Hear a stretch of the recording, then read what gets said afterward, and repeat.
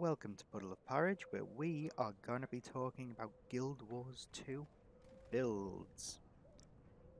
Now, the reason why we're talking about Guild Wars 2 builds is because Secrets of the Obscure, Guild Wars 2's next expansion pack, is basically round the corner, and a lot of people are going to be trying out this game. So I thought I'd share with you all what I like to call my training wheel builds.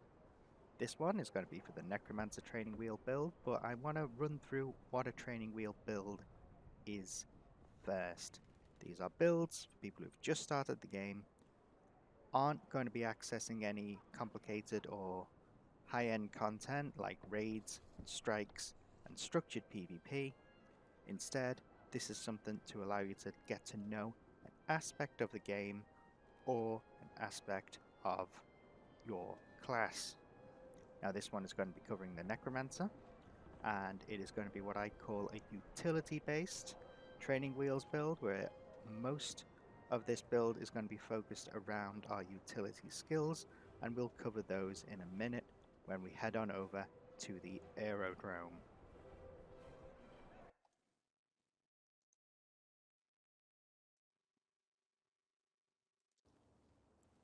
So here we are in the aerodrome training area, and we're going to go through some basic aspects of this build.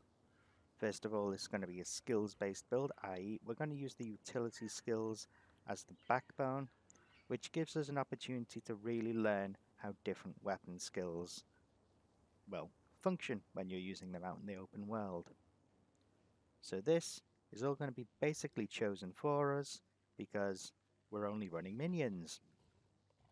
So let's go over some of the highlight minions here.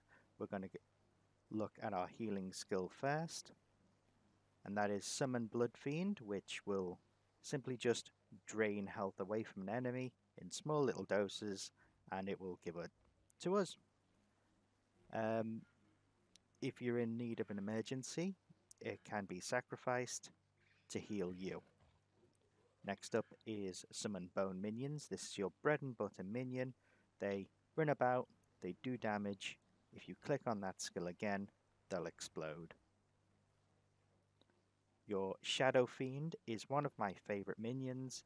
It delivers 3 non-damage conditions on your opponent, but if your target has a Defiance bar, which some do in the open world, it will deliver Chill, which is a soft CC, and that will drain that Defiance bar down quite nicely. Summon Bone Fiend, similarly, this is one of our ranged minions, and it will do Cripple, which is also a soft CC, and drain those Defiance bars quite slowly just by attacking. It's very, very helpful, very, very useful, and its activated ability will really take a hit on Defiance bars as it delivers its Immobilize. Finally, our elite skill is going to be Summon Flesh Golem, which is going to dish out a little bit more damage than your other melee bone minions will, but it has one of the most useful crowd control abilities in the game. This will devastate Defiance bars with its knockdown attack. So now that we've looked at our skills, let's have a little look at our traits.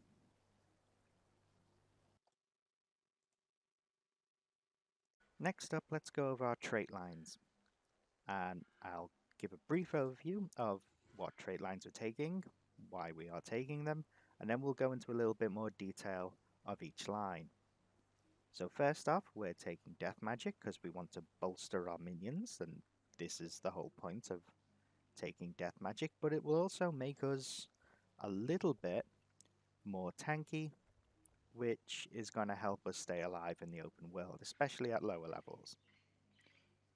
Soul Reaping is going to be entirely for Shroud capabilities, but will have some utility outside of Shroud depending on what build variety you wish to use.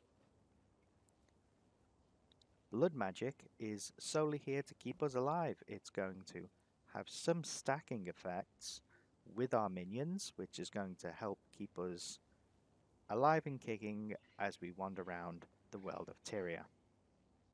So let's look at our trait lines in a little bit more detail first, and we'll start off with Death Magic, as this is going to be the crux of this build. We will begin with the traits that we don't choose, our interim traits, and then we will go with the traits that we do. And when available, we'll talk about any variations that we can come up with. So first off, Armored Shroud. We gain Carapace when entering Shroud. Carapace is a very simple mechanic with the death line, in that it simply just gives us extra toughness. It makes us a little bit harder to kill. Very useful in the open world. Next up is Soul Comprehension, which will once again grant us a stack of Carapace when killing a random mob out and about, but that's not why we want this. We want Soul Comprehension's passive ability, which is going to allow us to absorb more life force upon kills.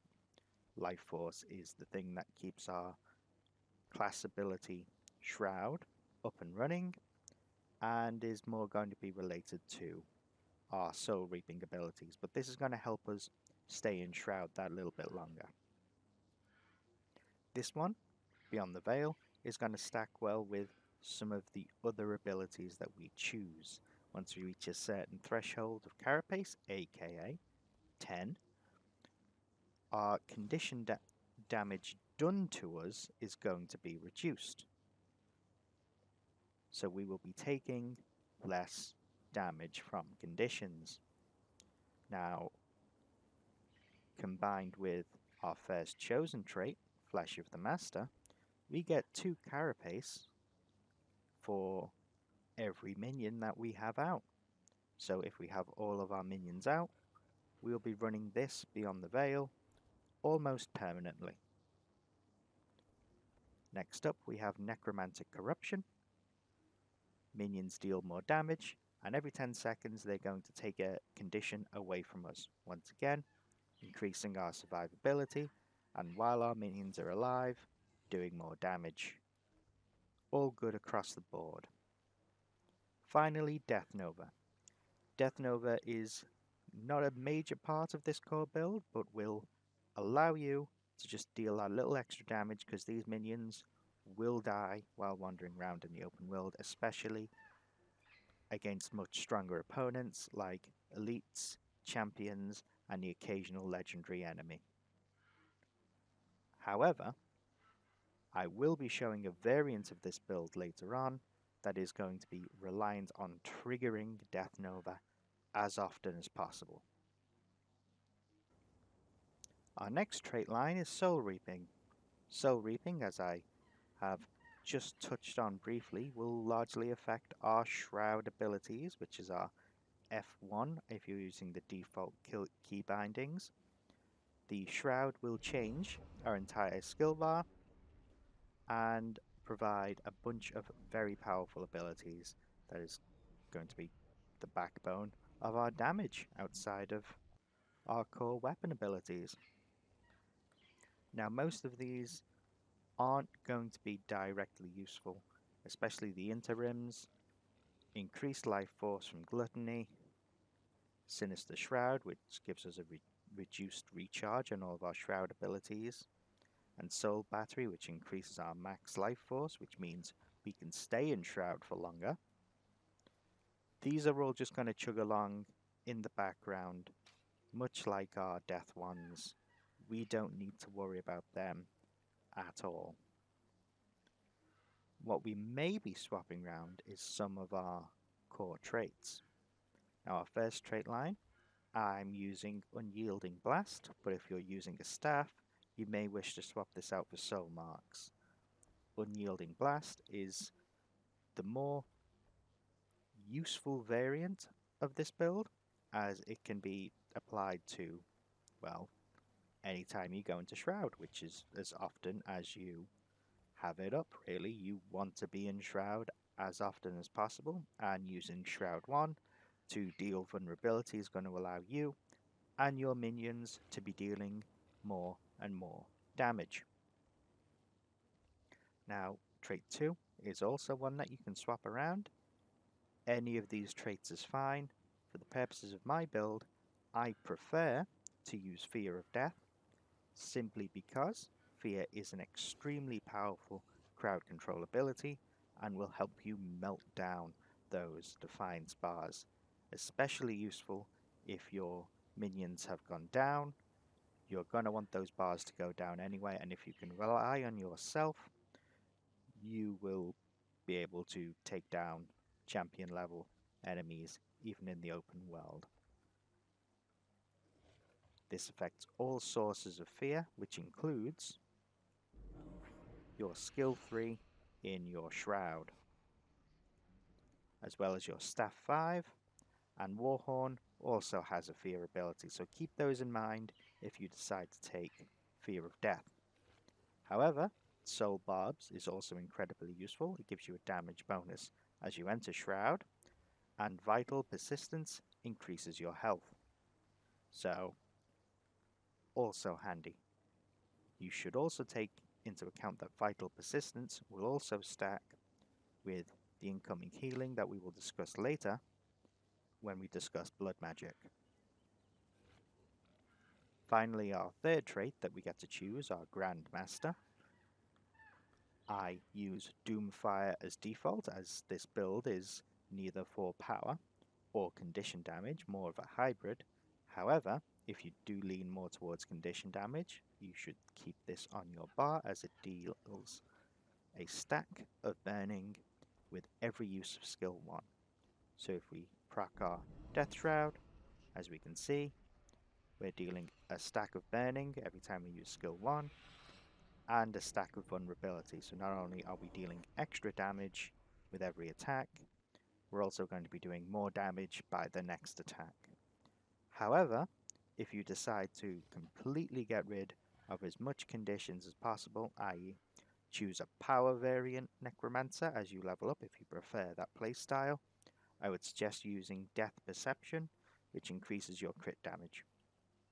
Last but not least is Blood Magic. Now we'll do what we did earlier, although with Blood Magic we have a lot less flexibility than with the other trait lines. It's important to know how these all fit together. First of all, we have Mark of Evasion, which grants us a lesser Mark of Blood if we do a dodge roll in combat. This isn't going to be all too helpful, but the boon triggered from the Mark of Blood will grant regeneration to allies, and if you're playing on your own, the allies in range will be your minions, especially if you're rolling into melee combat or out of melee combat. You'll basically be healing up your bone minions and flesh golem, all your little melee friends. However, if you have players about, it will prioritize them over your minions. Keep that in mind.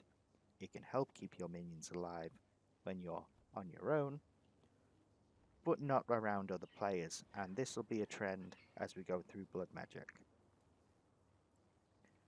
Next up is Blood Bond, which casts a lesser signet of vampirism when you apply stacks of bleed.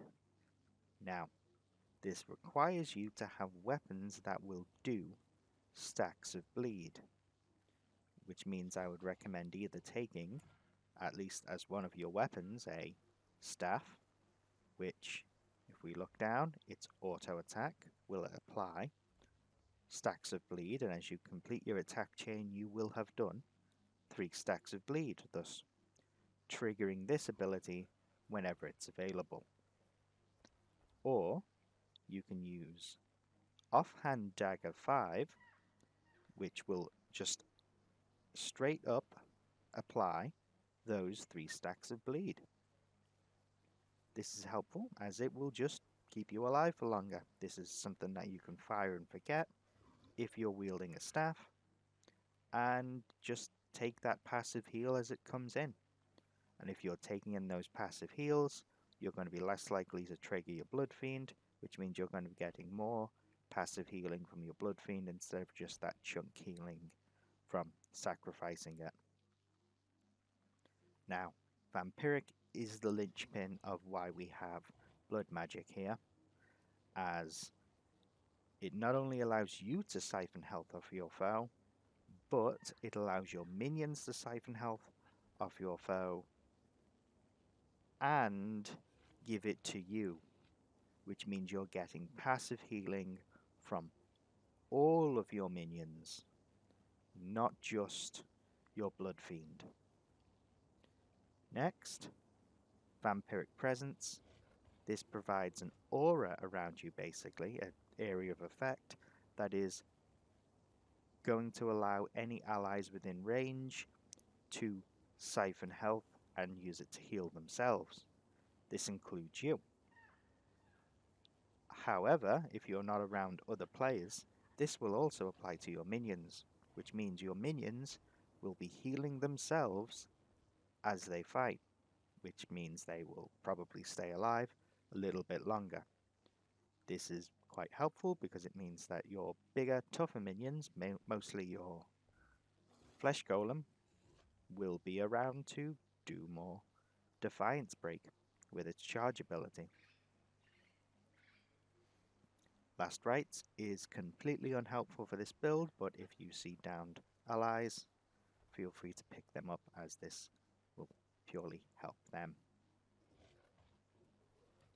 Finally, Blood Bank, which is another one of the linchpin abilities of why we're using blood magic instead of one of the other trait lines, and that is any excess healing applied to you, i.e. the Necromancer, is going to be converted into Barrier, which is a nice little shield over your health bar, which means if you get whacked with an extra attack, you're got that little bit more of a safety net, which if you're still getting used to this build or to the game in general, it's going to be very, very helpful. So let's put this all together. The whole point of taking blood magic is so that these will all passively heal you over time. And not only will they passively heal you over time, but they will be providing barrier when they're not. So here is a quick demo against a golem. Now keep a close eye down here. You'll start to slowly see that Defiance bar go down as we start triggering abilities. This is a strong Defiance bar, by the way, on a average minion. Now this is just simply auto attacking. I'm not using any of my abilities here. My minions are just wailing on that golem as I go through some of the things that are just triggering automatically with this build. First off, Vampiric Aura is affecting all of our minions. They're draining that extra little bit of health. It's going to keep them healthy in the open world. Obviously, we're not going to be hit back here. This is just a punching bag golem. But as we use our staff abilities here, we have the trigger of Vampiric Mark here, which is providing us with extra healing. And if you look down here, our barrier is shooting up and down as our minions are just draining that little bit of health, just chipping it away, giving it to us with every attack, and we're doing the same. Ultimately though, while our minions are doing that and we're fairly healthy, we pop into Death Shroud and we can fire away with our vulnerability, which is allowing our minions to take away even more health and give that to us. Obviously we have our fear ability. We'll move in close, we'll activate the fear, And watch that Defiance bar drain away.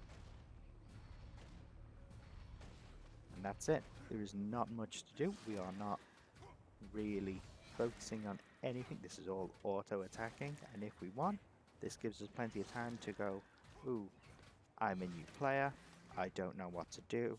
I can take the time to read the tooltip before launching my next attack.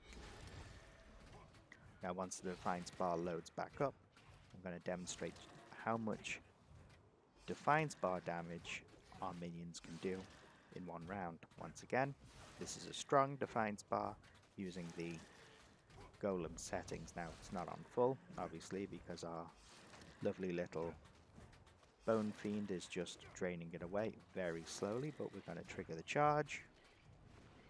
See how that drops down quite significantly. I'm going to trigger the Rigor Mortis. See how quickly that's draining now. And we're going to trigger Haunt. There we go. We see that drop right the way down. That's before we've even done anything with our skills, because we have some cripple here, which we can add an extra stack of.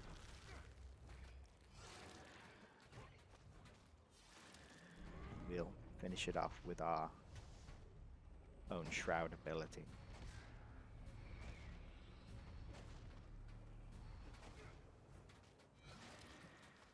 Finally, as we look down here, we have a constant 12 stacks of carapace,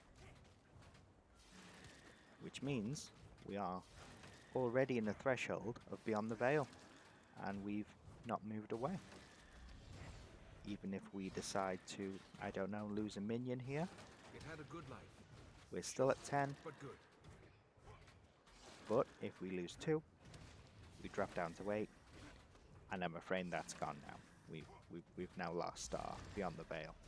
But it'll be back up in exactly 8 seconds when we can resummon our bone minions again.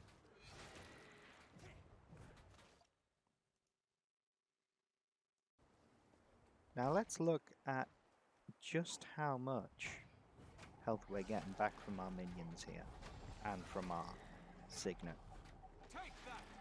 See, we have a damage radius on our golem here, and yet our health bar is barely going down. In fact, we're getting barrier back. So that's not just for show that we're previously I was just showing us wailing on a empty golem. No, we will still get continuous barrier back, which means you're still going to be able to take a few hard knocks while going through the open world, and hopefully not just drop down at the slightest breeze.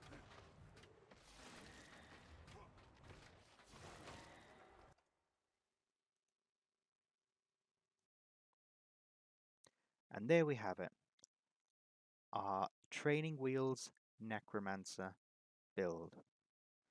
Now hopefully this has been very helpful to at least some people out there, but it's not the only thing we have to talk about, because next time we are going to be talking about taking those training wheels off and using some transitionary builds that are going to help ease us in to more structured content while still using these builds as a foundation, so you don't have a complete jump into something new. Hopefully we'll see you then. Thank you very much for watching. If you could leave me a like, maybe share this video, comment down below would mean the absolute world to me, and if you're feeling extra generous, maybe a subscribe. But if not, that's completely up to you. I hopefully at least will see you next time.